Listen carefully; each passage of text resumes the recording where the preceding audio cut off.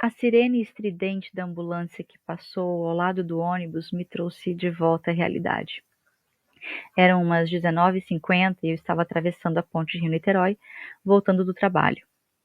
No vácuo deixado pela ambulância seguiam algumas motos costurando outros veículos enquanto buzinavam insistentemente. O congestionamento, já caótico, ficou ainda pior. Hoje vai demorar, pensei, como se fosse alguma novidade.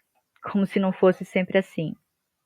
Mesmo saindo do trabalho cada vez mais tarde, na tentativa vil de evitar tanto trânsito, a sensação é de que não há mais horário de rush e que fatalmente perderei 1h40 ou mais até chegar em casa. Eu trabalho na área administrativa de uma das maiores empresas de óleo e gás no mundo, que adotou um modelo híbrido de trabalho no retorno pós-pandemia de Covid há cerca de 4 anos, para aqueles que estão lotados nos seus escritórios em várias cidades do país. Ou seja, toda semana eu trabalho 2 dias no escritório da empresa na região central do Rio e os outros 3 dias eu trabalho no escritório de casa. Como eu, outros milhares de empregados cumprem essa rotina, mas cada um com suas próprias características. Entre o cansaço do dia que havia começado antes das 6 da manhã, a preocupação com a lista de compras do supermercado, a roupa no varal, o boleto da escola do meu filho, o medo de ter o celular e o notebook que carrego na mochila roubados e o relatório para ser entregue na segunda-feira, comecei a lembrar de outros colegas, de outras histórias, de outras rotinas, de quem trabalha no mesmo regime que eu, como a da colega que mora em Nilópolis e pega 3 conduções para chegar no trabalho. Ela cuida da mãe, já idosa, né, e que demonstra os primeiros sinais de demência. Ou da colega que mora em outro estado no sul do país e toda semana vem para o Rio para cumprir a sua jornada de trabalho presencial. Ela é mãe solo de 2 filhos pequenos, que ficam com os avós para que ela possa vir e passar o crachá na catraca, ainda que seu trabalho seja administrativo, que utilize recursos tecnológicos de conectividade e trabalhe totalmente online. Somos a tal geração sanduíche, que cuida tanto dos filhos quanto dos pais, mas que não é cuidada por ninguém. É a geração dos sobrecarregados, dos ansiosos, dos deprimidos, dos exaustos. E nem sou eu que estou falando. O Ministério da Previdência Social divulgou que em 2024 foram registrados no país mais de 400 mil casos de afastamento do trabalho por problemas relacionados à saúde mental, principalmente ansiedade, depressão e estresse. Isso é quase o dobro dos registros de 2022. O problema é tão sério que a OMS, em conjunto com a OIT, elaborou um documento intitulado Diretrizes sobre Saúde Mental no Trabalho, por entendê-lo como determinante da saúde mental, tanto como fator de proteção quanto de risco social. O documento descreve uma série de riscos psicossociais relacionados ao trabalho, desde a carga, o ritmo, até as relações interpessoais e as condições ambientais. E recomenda uma tomada de ação por parte dos empregadores e dos governos para que promovam condições de trabalho seguras, solidárias e decentes para todos. É fato que as relações com o trabalho mudaram, sobretudo quando analisamos recortes geracionais. E a chamada Gen Z é a que mais vem questionando e não se submetendo aos modelos tradicionais que glamorizam as jornadas inacabáveis de trabalho, as demandas urgentes da madrugada e dos fins de semana, os burnouts, os remédios tarja preta, as noites mal dormidas, a ambição e o canibalismo corporativo que levaram as gerações anteriores a almejarem poder e status, independente do que isso lhes custaria. Para a geração Z, renunciar à sua saúde mental e emocional é um preço alto demais a se pagar por uma posição de chefia. Não porque eles sejam irresponsáveis ou desinteressados, mas simplesmente porque não enxergam em seus líderes exemplos admiráveis ou a serem seguidos. Para essa geração, equilíbrio e bem-estar são mais importantes do que entregar todas as suas horas do dia ao empregador ou ocupar um cargo com nome bonito que vai custar a sua saúde e roubar a convivência com seus afetos e amores. No artigo Abraham Wallace, Gen Z traz um novo modelo de trabalho, Maíra Blas escreve que a geração Z está, talvez sem querer, nos mostrando que o modelo de liderança e trabalho que conhecemos precisa de uma transformação urgente, com mais espaço para descansar e menos para se sacrificar. A vida não é só trabalhar, diria Pepe Mujica, que está longe de ser da Gen Z, mas que acumulou sabedoria de toda uma vida pública dedicada a combater as desigualdades do seu povo.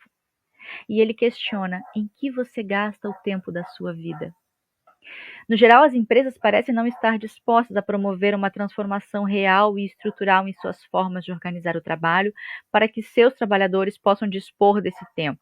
E permanecem escolhendo os caminhos que são mais fáceis, mais baratos, superficiais e paliativos, oferecendo soluções de prateleira a seus empregados e se autopromovendo por isso. Individualizam o cuidado com a saúde e oferecem a seus trabalhadores assistência social, médica e psicológica, lindos momentos de mindfulness online e palestras sobre a importância da qualidade do sono e da atividade física para alívio do estresse. Ou seja, ainda que necessárias, essas são soluções imediatas que visam apenas amenizar sintomas, conter danos, mas que não atingem diretamente as causas do adoecimento dos trabalhadores. Contudo, algumas empresas e governos de diferentes lugares do mundo já perceberam a importância da remodelagem, da organização do trabalho, com um olhar para o futuro, em que a saúde e o bem-estar das pessoas passam necessariamente por uma maior disponibilidade do seu próprio tempo, seja para o lazer, para a família, para algum hobby ou para qualquer outra coisa que não seja o trabalho remunerado. Jornadas reduzidas, diárias ou semanais, horários flexíveis, trabalho híbrido ou totalmente remoto são algumas das apostas que visam alterar a dinâmica coletiva e têm se demonstrado uma eficiente estratégia de sustentabilidade dos negócios, também de retenção de talentos e aumento de produtividade. São escolhas de vanguarda para quem quer se adaptar às novas configurações sociais de um mundo multipolar e devem ser prioritárias para quem objetiva ser protagonista dessas grandes transformações. É o caso da Petrobras, que se comprometeu no último planejamento estratégico a liderar a transição energética justa, o que será extraordinário se alcançado e a colocará no topo do mundo em tempos de emergências climáticas, colapsos sociais e escassez de recursos. O pioneirismo da Petrobras é sua marca registrada, tendo como seu maior expoente a descoberta das reservas de óleo e gás em águas ultraprofundas, no chamado pré-sal brasileiro. Não somente a descoberta, mas o domínio absoluto da tecnologia de exploração e produção desses hidrocarbonetos, em padrões de excelência na segurança das operações e também ambientais. Entretanto, para ser líder da transição energética justa, a Petrobras precisa reconhecer que quem produz a sua riqueza e garante seus excelentes resultados financeiros e de produção são os seus empregados e prestadores de serviços, não aqueles que ocupam provisoriamente as cadeiras do alto escalão. Esses, em muitos momentos, tentam até destruir a empresa de dentro para fora, por estarem ali para cumprir uma agenda de poder específica, a depender daqueles a quem servem. Eu falo do seu corpo operacional, técnico e científico. Falo dos milhares de trabalhadores e trabalhadoras que, ao longo das décadas, mantiveram-se na linha de frente de ataques diversos e permaneceram íntegros aos seus valores. Eu falo de mim e de todos os colegas que agora estão tendo suas vidas profundamente impactadas pela decisão unilateral do retorno gradativo e compulsório ao trabalho presencial nos escritórios da companhia. Ao negar-se a negociar com os sindicatos que representam a categoria petroleira a consolidação do regime híbrido de trabalho no acordo coletivo, a empresa ignora as necessidades e os anseios de seus trabalhadores.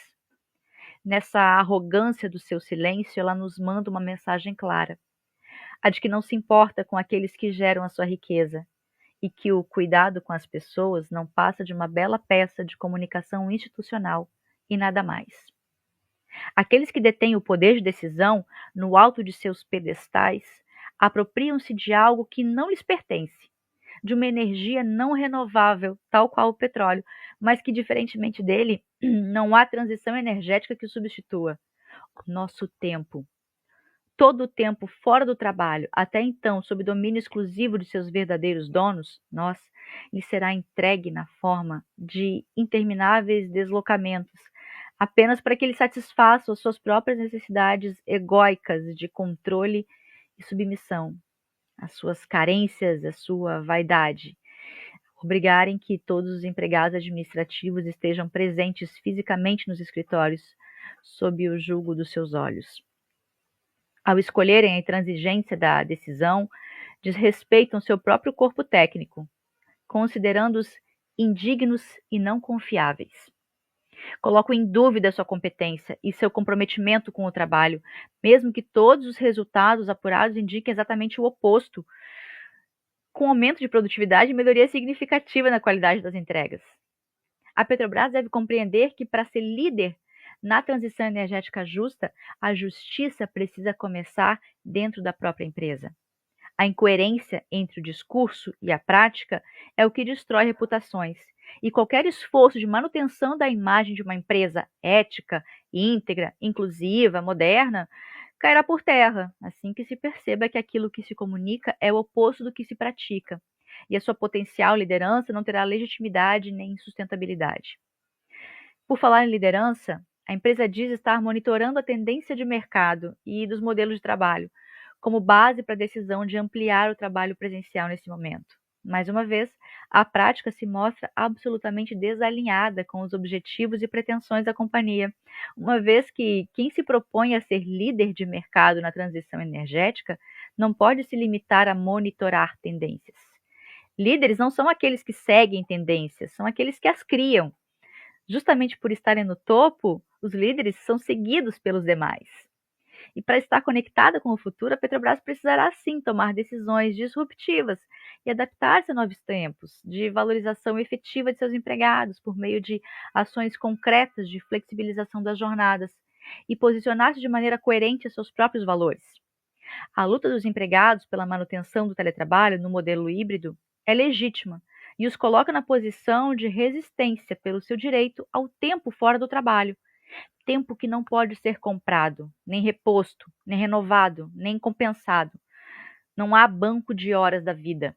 Não há como comprar de volta o tempo que se perdeu no trânsito, o tempo que não foi usado com seus pais, com nossos filhos, com nossos amigos, com nossos amores, por mais dinheiro que se tenha. Não se pode multiplicar o tempo que não foi usado para o descanso, para o lazer, para os estudos, para as leituras, para os esportes, com os cuidados com a saúde, com as boas conversas, as gargalhadas ou com a simples contemplação de um momento de silêncio. Estou chegando no ponto de ônibus onde eu vou descer. A essa altura da escrita desse manifesto, eu lembro da minha mãe. Ela faleceu ano passado, após alguns poucos dias de internação. Ela morava em outro estado e foi graças ao teletrabalho que eu pude acompanhá-la na UTI, que eu pude ouvir dela um último "eu te amo", antes que ela entrasse em coma e não voltasse mais. Por pouco eu não teria conseguido me despedir dela. Deu tempo, pelo menos. É isso que me conforta do vazio que ela deixou. A vida não é só trabalhar, repetiria Pepe Mujica, nem só pagar boletos, nem só sobreviver. Alguns amigos diriam que nosso movimento pelo teletrabalho é consciência de classe. Eu vou mais além. Eu acredito que é consciência de vida, de que a vida é um milagre diário, que nossa saúde precisa de tempo para ser cuidada, que nosso tempo é um recurso finito, escasso e não renovável, e que estamos dispostos a lutar por ele juntos, como sempre fizemos, por nós, por aqueles que amamos, por aqueles de quem cuidamos, para que ao final de tudo possamos dizer, sem arrependimentos: deu tempo.